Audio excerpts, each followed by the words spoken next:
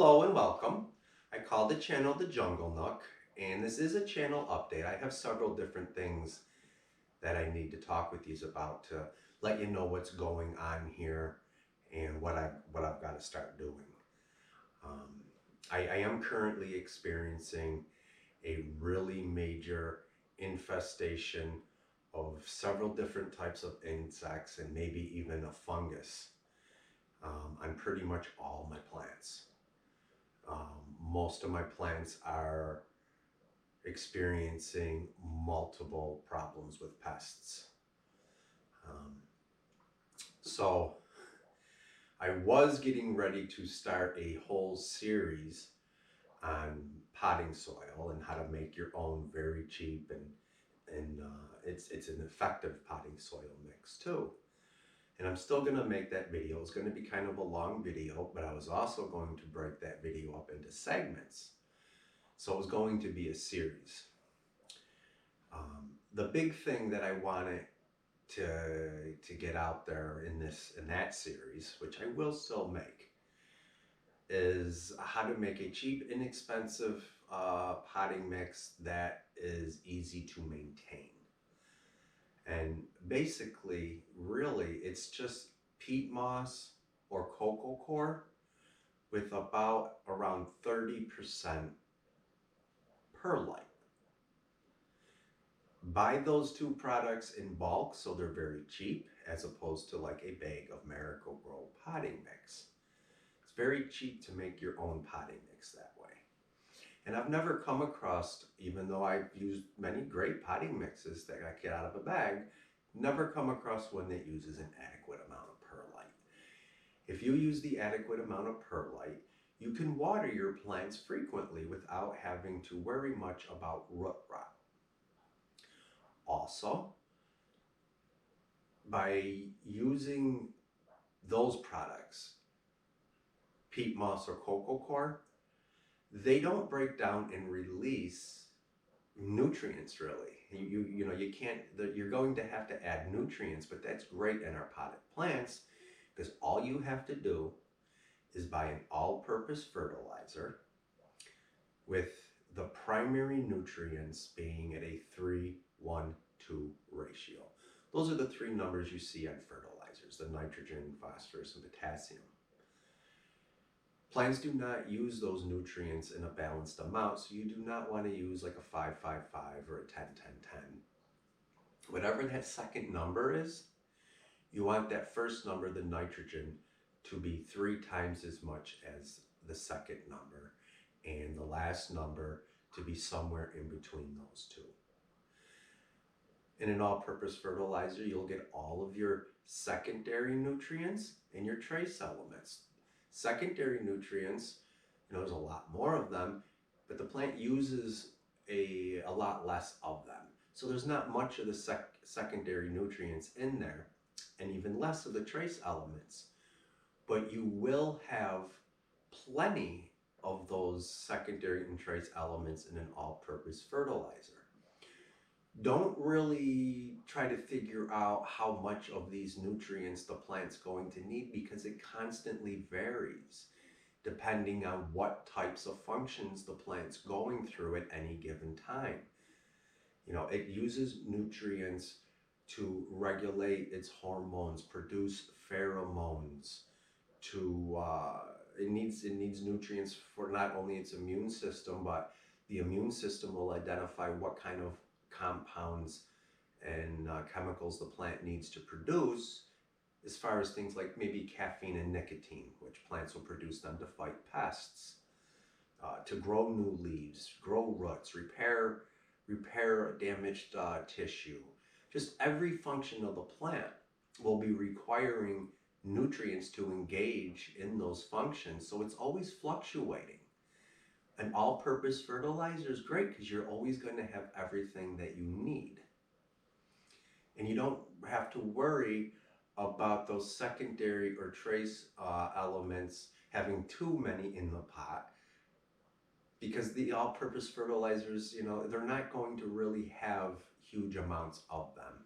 And by using peat moss or cocoa coir With that much perlite, you can not only water it frequently without worrying about root rot, but you can frequently flush excess nutrients out of the pot. So one fertilizer is really all you need to provide all of the nutrients that the plant needs at any given time. I know there's a lot of specialty fertilizers out there, and there's a reason and purpose for those specialty fertilizers or an individual nutrient, that you buy. That's really for outdoor gardening, when you would test your soil, see what it's lacking, and then just add those nutrients at the amounts that it needs. When dealing with a pot, every time you flush it, you're removing all those nutrients, which is good because you know what you're putting into it. It's not like soil outside that's got all kinds of really nice, rich organic material that's always breaking down. All organic material does not break down to the same nutrients. So, to recap, peat moss or coco coir, around 30-40% perlite, fine. That's fine. It's really all you need in your pot. And if you buy them in bulk, they're really cheap. Get an all-purpose fertilizer with a 3:1:2 ratio. Use it as directed. Flush the soil periodically. I just mean water it heavily until the water comes out of the bottom. You flushed it. It's real simple. It takes all the guesswork out of it. That was one of the main things that I was going to have in that video. And I just wanted to at least get that information out, because all those videos are on hold. Also, I wanted to talk about what this hobby is for me. This was going to be another video. What this hobby is to me, and how do I say this?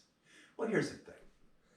All of us that have houseplants, we don't all have them for the same reasons. It might surprise you to know that my primary reason for houseplants and my main enjoyment out of the houseplants is not looking at beautiful plants.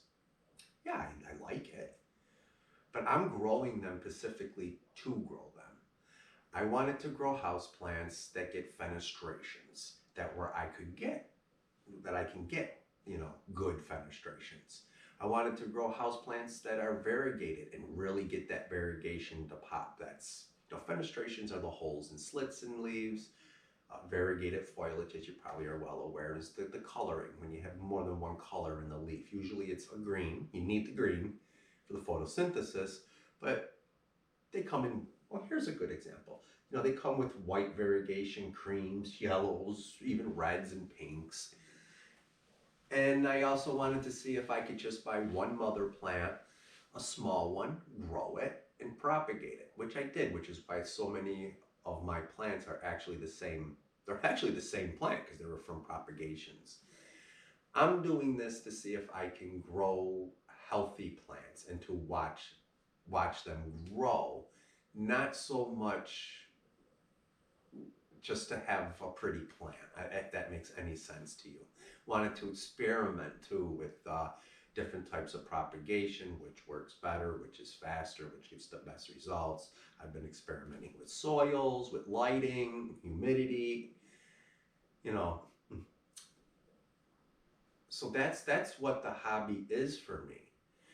And then being on YouTube, now I'll be honest with you, I always wanted a YouTube channel, and I thought, a long time ago, eventually I could get on YouTube and make a living. I have other hobbies. I thought I could get on YouTube and record how I go camping, which is I like to put a backpack on in the middle of winter when there's snow on the ground, freezing temperatures. I like to go into the forest, see how long I can stay out there. My shelter consists of a small tarp, a little hatchet, a small saw, and some paracord. And I build my shelter in winter. And I thought I could really do something with that. But I started the plant room. I don't even have time to go camping anymore, which is fine. I'm really loving my plants. But YouTube is extremely expensive and time consuming. I am not a tech person. I did not even own a computer when I was getting ready to start this channel. My brother, who's tech savvy, had to help me pick out a computer. He didn't even realize that, there's different laptops or computers for gaming, for office work, for editing. I had to get an editing computer. I got an editing laptop. It's pretty expensive. The camera that I'm using is just a GoPro Hero 8 Black camera. That's what it is. I bought it because it was a lot cheaper than some of the other cameras that I was looking at, and it's very durable, which is great for me. I'm pretty clumsy. And it was really durable for me. But it's got its limitations. When I was looking at the more expensive cameras and I was watching tutorials, it became real apparent to me that I don't need to buy an expensive camera because I'll probably just use it on factory settings. I'm not going to be able to really use it efficiently. So this camera was fine, and I've been working with this camera. It does some pretty cool stuff, but it's an action camera. It has its limitations. But you may have seen some of the quality improve over time because I even got better with this camera. But in my camera, it does record in 4K, but it overheats, and the camera has a safety feature to shut down. But I'm afraid if I keep letting it overheat, it's reducing the lifespan of the camera. So I record in high def. I did eventually, because my laptop came with editing software. It was free with the laptop, but I did eventually buy better editing software. But just because I bought it, I didn't get to use all the features. After I worked with it for a while and learned how to use what I could, what I was allowed to, I ended up having to get a subscription, 2 subscriptions to unlock every feature. One I gotta pay every 3 months, the other one once a year. The laptop wasn't sufficient. The screen was too small. I ended up having to buy a bigger monitor, a separate keyboard, and speakers, a bunch of stuff for it, on top of just the laptop. And then I did buy a better mic for the camera. It's one that attaches to the camera, and that is great, but it's only great outside. It gets rid of the wind. That mic, along with the editing software, I can edit the auto. I get rid of almost all the wind, which is great because I film so much outside. I have a couple videos I never even put out before I bought the mic because the wind was so bad. I just couldn't do it. I spend a lot of time editing. A 20-minute video, a lot of times I literally can spend 10 hours editing it. And part of that's because I am not a tech person. I don't live off grid or nothing and don't use technology. I don't really use computers. Like, it was hard for me to even figure out how to use it. I spend a lot of time editing, and that's all time I'm not spending on the plants. You guys have asked me to get a bike, one of the ones that attach. Well, I am on this thing called Buy Me a Cup of Coffee, where it's in the description. If you click on it, you can buy me a cup of coffee. You're buying the channel a cup of coffee. It's actually a $5 donation. One person has done that once. Thank you very much. And it was they gave me $25. So I figured I'll use that $25 to buy the clip-on mic. People really want me to use it. I spent only about maybe 15 minutes, finding which ones were compatible with my camera.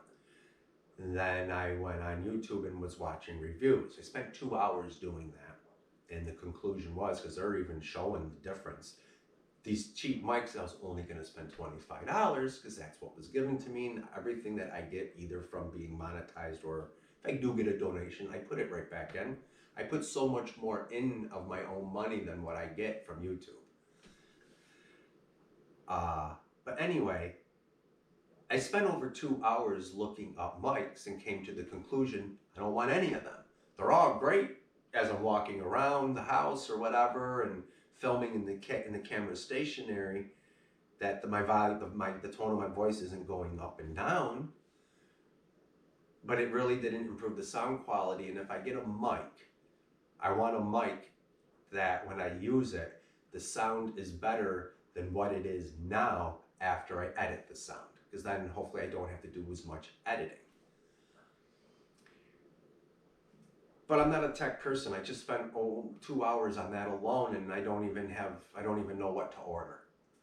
I mean, if you guys know about this kind of stuff, the technology part of it, you can totally recommend a mic for me for a GoPro Hero Black 8 camera. That's what I got. I will order one. It can't be super expensive though, but I will order one. Remember, the YouTube part is just part of the hobby. I'm never going to be a big YouTuber. I'm not going to be on other platforms. I'm not going to buy real professional grade equipment. I'm pretty much pushed what I have to its limit. Maybe I can do even better, but I'm also pushing my ability with technology. So yeah, I will get the mic. That I can do. I cannot get a new camera. I cannot afford a new camera. And just to put it out there, how the fact of it is, I would not be able to afford a new camera until spring. My car needs brakes and other work. It's like, do I keep my car running or do I buy a camera for YouTube that not only do I not make really anything off of it, I make $3 for every 1,000 views. But not only do I not make anything off of YouTube, but I have 2 hobbies on YouTube, my fish tanks and the houseplants. I spend the vast majority of my time dealing with the YouTube part, the editing and stuff especially, compared to how much time I spend on my plants. And that is why I have an insect infestation right now. I'll get more into that again. I'll talk about that. It's major. It's major.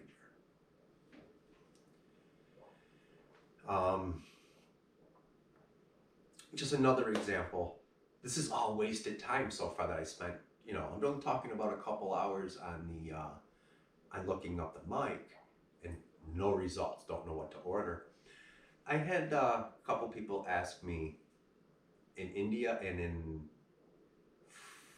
France and maybe some other countries where they wanted me to put the subtitles on. I spent several hours trying to do that. It's real easy to turn subtitles on for English, but for other languages, I couldn't even figure it out. I gave up after a few hours. I did go back another time briefly to try. Couldn't figure it out. But I did turn on the subtitles for English, but I thought it was for all of my videos. It was just for the one.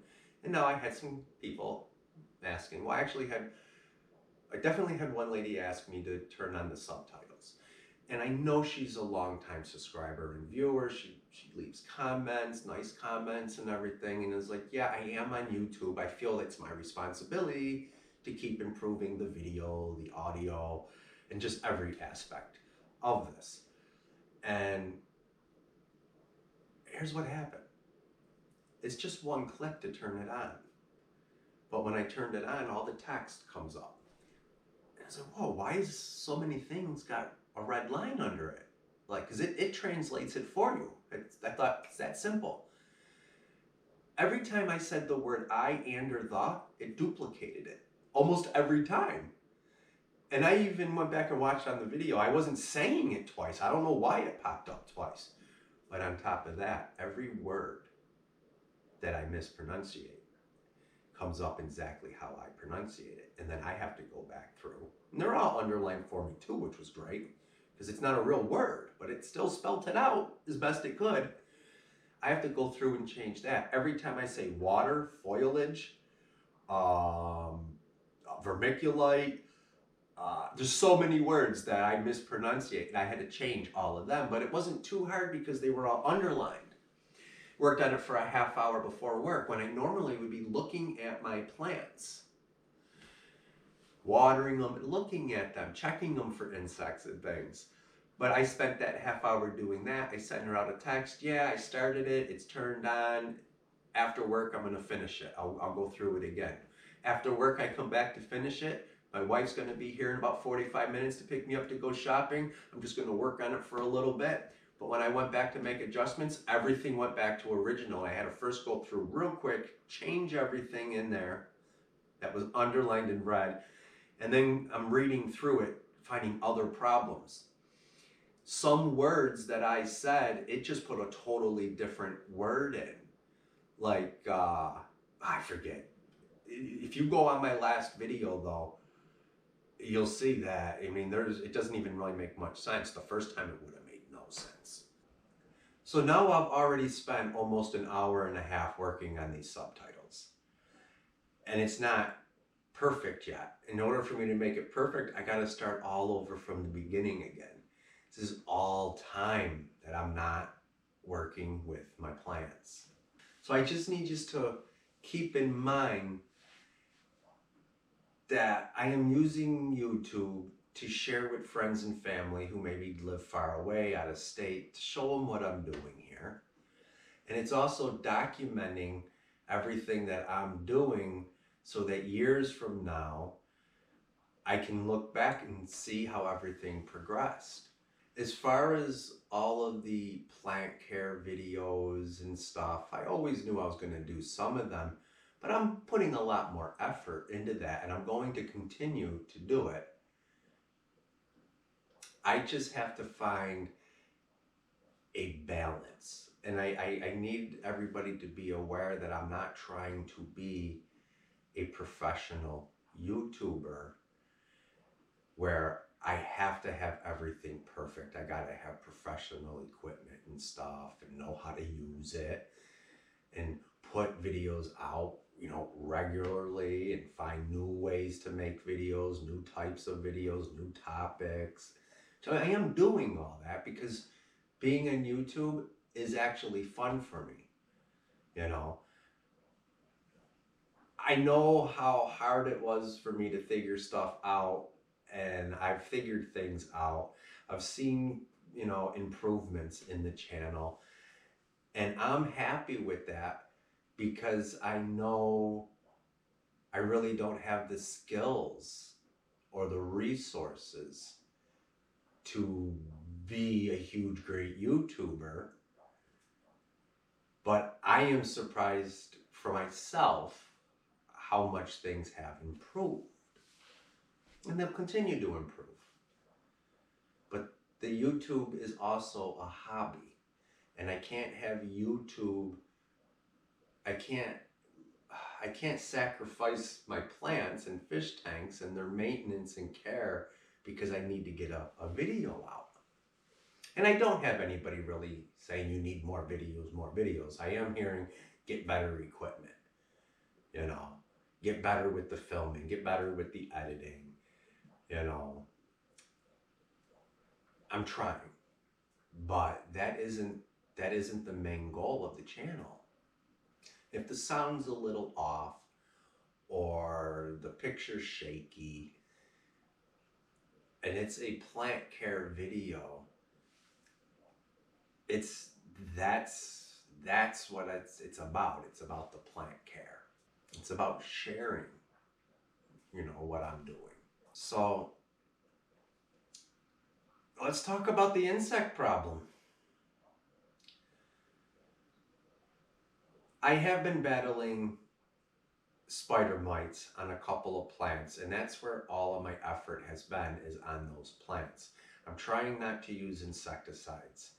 I really did panic and got a little upset. I tried to film this video earlier, and I honestly got emotional because, to be frank with you, if I do not spend a couple hours every single day for quite a long time combating these pests the way that I want to, I will lose quite a few plants.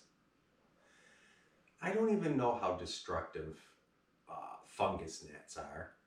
Wow, were there a lot of them. I'm starting to get them under control simply by allowing my soil to dry out a little bit more. The spider mites on the plants that I had they were major infestations because I'm not spending as much time with my plants as I should. but I have been taking care of them by simply using distilled water, because I have hard water here with a lot of calcium that discolors my leaves. So I've just been wiping them down because luckily my plants are healthy. They have the resources they need to fight these pests off as best as they can, but they're missing a vital component because they're in my house. They don't have the predator insects to help them. So it's just me and my plants. I also have not kept up on the regimens that I do, which the big one is neem oil. In fall, I knew I was past due to treat all my plants with neem oil. It's also what I use to keep them nice and shiny. And I did wipe in fall all my plants down. They were already due for a neem oil application every about 2-3 months. They were already pretty far past due for that. Didn't really have any issues. I mean, there were a few plants in a couple of videos that I showed you where I did take the time to clean them for the video, but I didn't go through the room. But I had some plants out on the porch that I did wipe off and clean them up with neem oil, but that's just a fraction of the plants. The rest of the plants, like I said in my other videos, getting ready for winter, I did clean all my leaves, but I cleaned them all with distilled water because sometimes I spill water on my plants and it's hard water and I'm leaving calcium spots. Plus they were dusty. So I wanted to use the distilled water first to clean that calcium buildup and the dust off of my plants, plus any insects that were on them. And then I was going to go back and polish them all with the neem oil, and I just never did. A lot of my plants have not been treated with neem oil in 6 to 9 months. And I stopped putting any kind of insecticide into the soils, which I used to do. So those two factors right there really help because that's my pest control. I stopped doing my pest control, and now the pests are out of control. I have so many thrips on some of my plants, and they are full-grown thrips. They are big enough to be breeding and fly. And there's so many of them on some of my plants that if I stand there long enough, because I don't look under the leaves very often, even when I'm cleaning them, I don't look, I'm just wiping. I was looking under some of them and I seen thrips. So I did start wiping down in some of them with the neem oil. And as I'm cleaning the plant, I'm seeing them come out from under, other leaves come out, and they're walking around. And it's winter, my furnace is on constantly. I mean, the thrips fly anyway, but the furnace is running. These things are able to spread real easy. I did go around and look, and I'm finding spider mites on plants I've never seen them. I got major infestations of spider mites on Monstera and golden pothos. Never had that before. I have had plants that had, it had quite a few spider mites that were touching my monsteras, but yet for some reason they didn't even migrate there. Now they're there. Those are spider mites. So I have fungus gnats. I'm not sure how much damage they cause. I have fungus gnats, starting to get them under control. I got so many spider mites, it is ridiculous. And now I got populations of thrips. I even have a fungus that is growing. I'm not sure if it's a fungus or another insect. It might actually be an insect. I forget what it's called, but they look like you're looking at a fungus, but it ain't. It's probably the insect because it's all these little fungus spots are on healthy plants. They're not even on dead tissue, which is where you would normally see them first. I have about 160 plants maybe in the house right now. I have some plants that have spider mites and other problems that have literally hundreds of leaves. I'm going to have to spend a lot of time wiping. I really was kind of panicky, didn't know what to do, thought I was going to actually bust out things like the insecticidal soap, but that's not how I do things.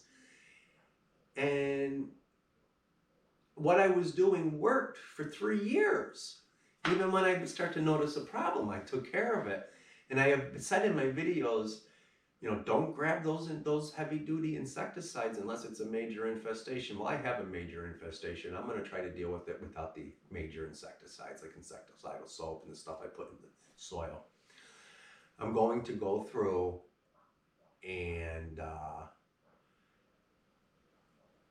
I have now calcium spots on my leaves again.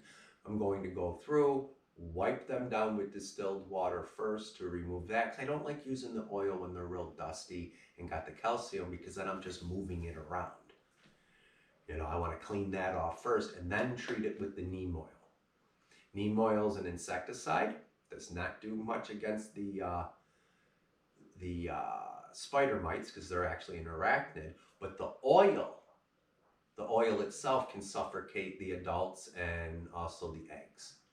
So it does actually work against spider mites. And it will definitely work against the thrips.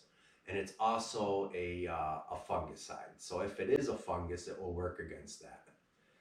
So I'm not going to go gung-ho with chemicals. I'm going to keep doing what I'm doing, but it's going to be a lot of work. So I'll try to do some videos, guys. I'll try. Most likely it will be used watching me clean my leaves, which is kind of funny because in some of my videos where I clean plants, I can tell where it will tell me what's the the spot that was rewatched the most. And you guys watch me clean my leaves. Maybe it's because the plant's nice and healthy, and as I'm cleaning it, you're like, wow, look how shiny it's getting. I don't know why you're watching that part so much. I made a video where I cleaned the house. Like I was like sweeping and stuff, and I thought for sure I would see dips where I'm sweeping the floor or washing a wall. And you guys watched it right through. I was really surprised. And so maybe me cleaning these plants, you'll get closer. The plants are still healthy. They're healthy. Now, I did not go through in this video with my cell phone, which is what I have to use to zoom in on stuff. Maybe I will do a little bit of that as I'm wiping the leaves down to actually show you the infestations, which I've already started to try to deal with a little bit. But I'm not going to do that in this video, so I have to get working on that. I'd have to get my cell phone, film multiple infestations of the same insect, or whatever it is, to see which ones, when I transfer it to my computer, are the clearest, to use those ones, and then I'd also have to edit them too. So that's not going to be in this video. I don't know how long I've been talking, but this is a pretty long video for me to be sitting stationary like this. But I'm continuing to keep you updated. I really want you to understand that, yeah, I get my videos quality. My video quality was horrible and the sound was horrible. Nobody said nothing because everybody knew just by watching the video, this is some amateur. The videos are getting a little bit better, and it's like the better they get, the more you guys want, and the more I want to give you. But I gotta find a balance. The balance ain't working right now, obviously. So I guess this is the conclusion of the video. Leave me comments. If you know anything about what mic would be good for a GoPro Hero Black 8, a mic that would be good, let me know and I'll look into it, and if I find one, I will definitely buy it. I'm not even buying it. The person who left me the comment, they're the one who refers to me as the plant whisperer. I'm not an expert, but that was kind of cool. Like, oh, the plant whisperer, But that's the person who bought. Well, that $25 is going towards the mic. I think I'm going to have to spend more on the mic. But that's the video.